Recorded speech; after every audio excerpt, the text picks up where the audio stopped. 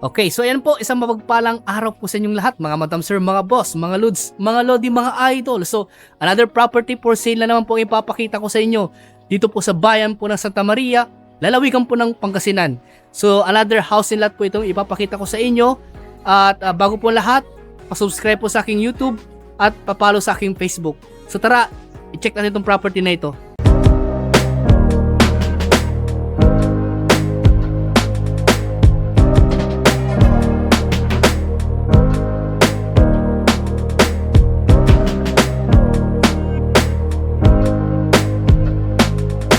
So, ayan po mga madam sir, mga boss, mga lods, mga lodi. So, another property for sale ang ipapakita ko sa inyo.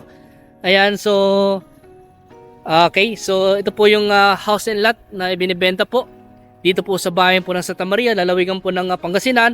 At ito po ay nakaalong Barangay Road po sa Sementado.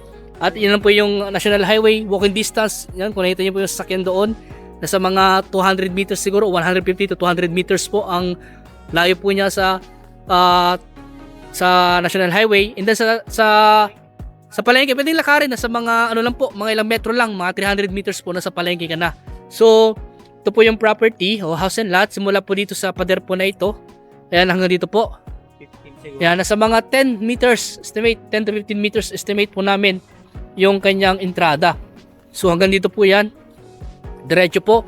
Ang suot po ng property na ito ay 731 square meter at ang kanyang, yung land area po noon, nung property at yung house po ay nasa mga 121 square meter po ang estimate naman po. So dito po sa harap ng property meron po siyang sari-sari store, kasama na po sa bentahan po itong sari-sari store, pero yung mga nasa loob po ng sari-sari store ay hindi po kasama.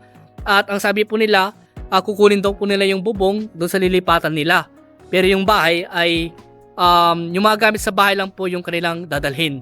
Ayan, so punta natin dito. Mayroon pong gate po doon, may gate po dito. Ayan, at meron din pong gate dito. So dito kami papasok sa maliit na gate. Okay po. So dito po sa harap ng bahay, meron pong open space po dito. Nakasemento na rin. Ayan, ito po yung gate. Nakabakod na ba itong buong property, sir? Nakabakod na itong buong property? Nakabakod na daw po. So ito po yung kanilang garahe. Garahe ng kanilang mga tricycle, mga motor. At doon sa likod po ay may open space pa doon na pwede kayong magtanim ng mga kung ano gusto nyong itanim. Ayan, and then dito po meron po silang meron na dirty kitchen. Andiyan po yung kanilang lababo, yung lutuan nila dito po. At ito po yung another side ng bahay. Ayan, meron ding ano kaya doon, stock room kaya yun. Ayan, so ito po yung bahay po. 2-story po siya na bahay, 2-story house. May second floor at yung kanyang bintana, ayan, ay naka-sliding window po siya at may grills po yung kanyang bintana, protection para hindi paglaba to hindi mabasag, no? Ayan, so ito naman po yung kanilang terrace po, and then at ito po yung papasok po sa loob ng house and lot. Ma'am, samahan niyo po ako sa loob. Okay, so ayan, papasukin na po natin tong loob ng bahay. Ayan, samahan niyo ako po ma'am para po. So dito po, yung another living room. Ito po yung living room po nila. Ayan, so yung mga nakikita niyo pong gamit ay hindi po kasama sa bentahan. Kukunin daw po nila yan. Kumbaga ito lang lote at ang bahay lang po yung kanilang binibenta. So, tatlo yung nung kwarto. Isa dito, dalawa. Isa dito sa baba, dalawa doon sa taas. Okay. So, naka-empake na sila. Talagang ready to, na sila.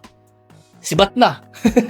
Kaya sa mga buyer namin dyan, mga prospect buyer po namin, o sa mga madam insert namin dyan, baka naghanap po kayo ng house and lot na ganito po. Ang presyo po pala nito ay 4 na milyon. At kung gusto nyo i-negotiate yung price, ay yung mga seller po yung kakausapin natin. So, ito po yung unang kwarto dito sa baba.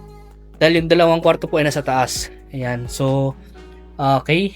Ayan, ilaw natin. Ayan, para maliwanag ang buhay. Ayan, so, ano mang yung taas? Buhos to mang, no? Buhos. Buhos yung niya, slab. Kaya matibay po yan. Kaya di kayo mag-worry na babagsak man yun kasi buhos po yung slab. At hindi po siya, dadagdagan na lang kung gusto nyo lagyan ng bubida Kahit hindi na kasi, hindi naman ng ano eh. Didesignan mo na lang. So, may dalawang ano po dito, bintana. Ayan. Tapos ito po yung kanilang pintuan sa unang kwarto. Ayan. Then, ito po yung kanilang dining area tsaka kitchen area po. Ito yung table. Sabi ko nga po sa inyo, lahat na nakikita yung gamit ay hindi po kasama. Okay, so ito po kanilang lababo. Ayan. Kasama na po yung kuryente, syempre. Ayan. Yeah. At yung CR po dito. Tatransfer na lang yung pangalan nila. At ito po, yung kanilang CR. Boss, pakipatay mo ilaw dun sa ano. Ayan. Para maliwanag ang buhay. Okay po. So, yan po ito yung kanilang CR. Maglalagay na lang po kayo ng shower. Ayan. Ba't di mo pinatay yung ilaw dyan, boss? Patayin mo po sa yung ilaw. Konting ayos lang po yung ma'am. Tapos, punta naman natin yung kanyang second floor. Okay? So, dito po, merong hagdan. Siyempre, papunta sa second floor, dapat may hagdan. Kasi kung wala hagdan yan, paano ko tataas? Ayan. So, ilan may steps, boss? 12 steps? Ayan. So, ito po.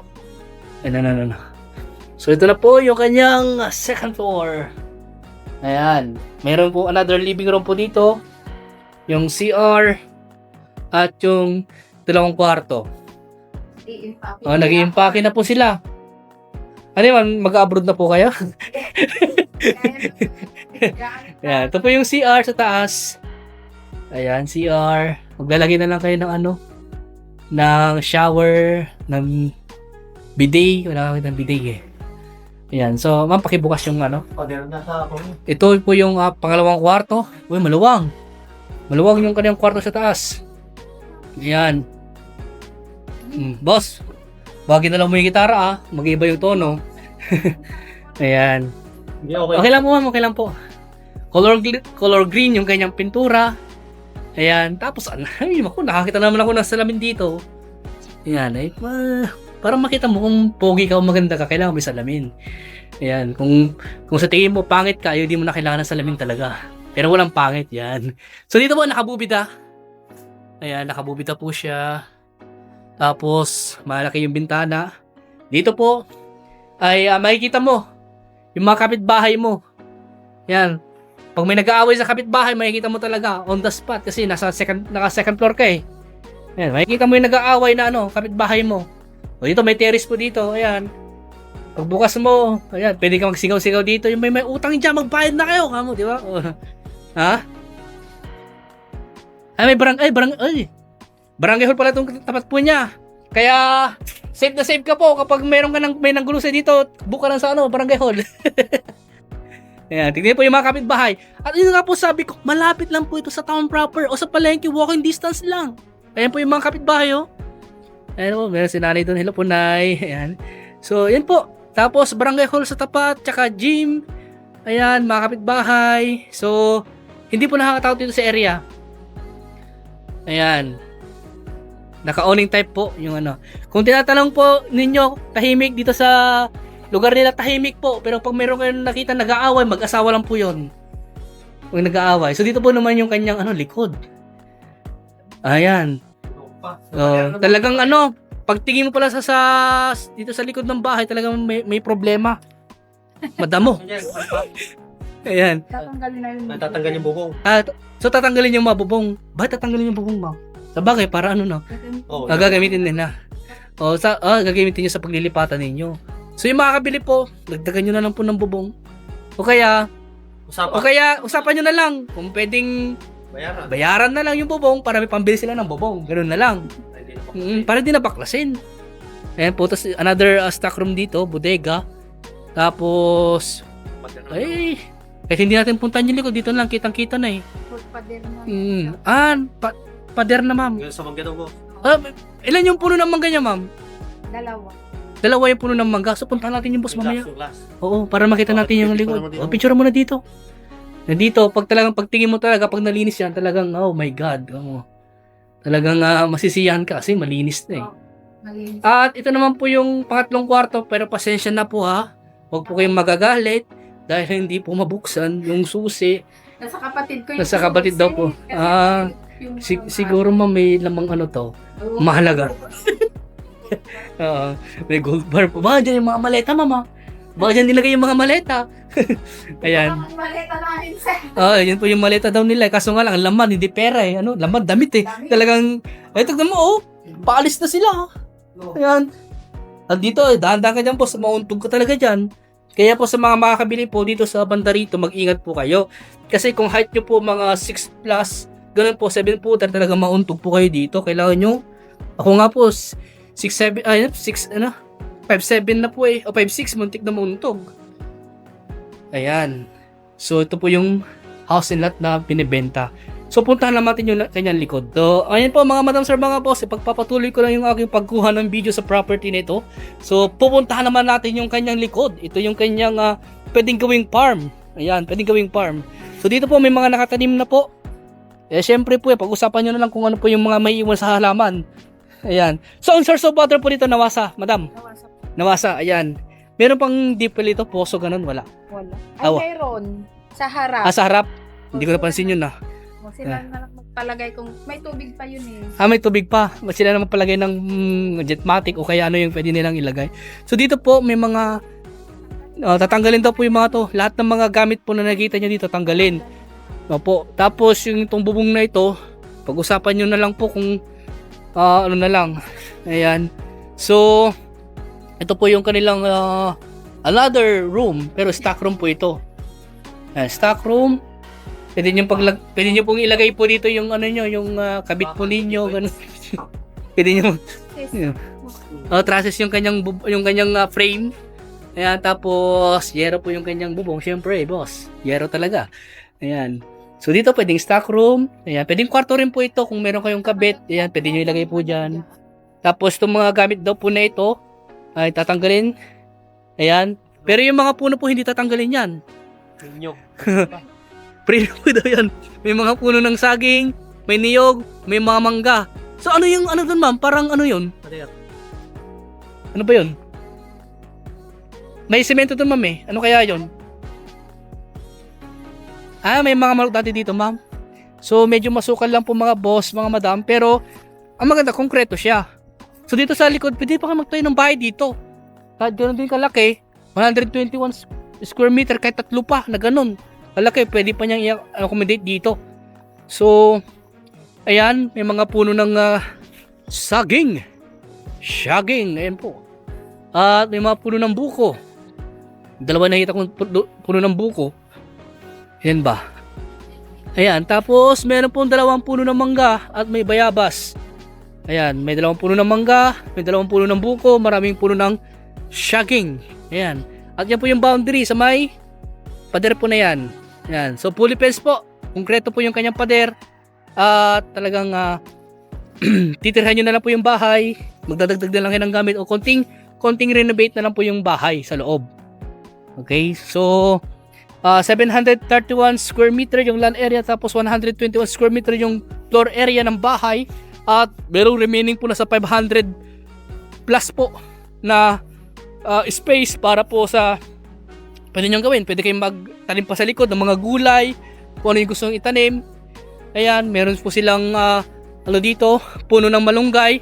Pag kailangan nyo po ng dyan, pang sahog po sa mga manok, ganun, pwede po dyan. Alagaan nyo na lang. At dito po, meron pong puno ng atis, pero sa kabila po yan, hindi sa atin, kung sakasakali. Ayan. So, may po mga kapitbahay. Ayan po. Kaso nga lang, mataas yung bakod, kaya pag nagpalitan kayo ng ulam, kailangan nyo pa ng hagdan. Ayan po. So ito po yung likod ng bahay. Yan, naka sliding window. Yung ganyang pasukan sa loob ng bahay. Dito sa likod naka screen door po siya. Ayan. So bakit meron pong dito, tinakpan? Yun nga lang po talaga. Pag umungo lang siya, mababasa kasi yung bintana.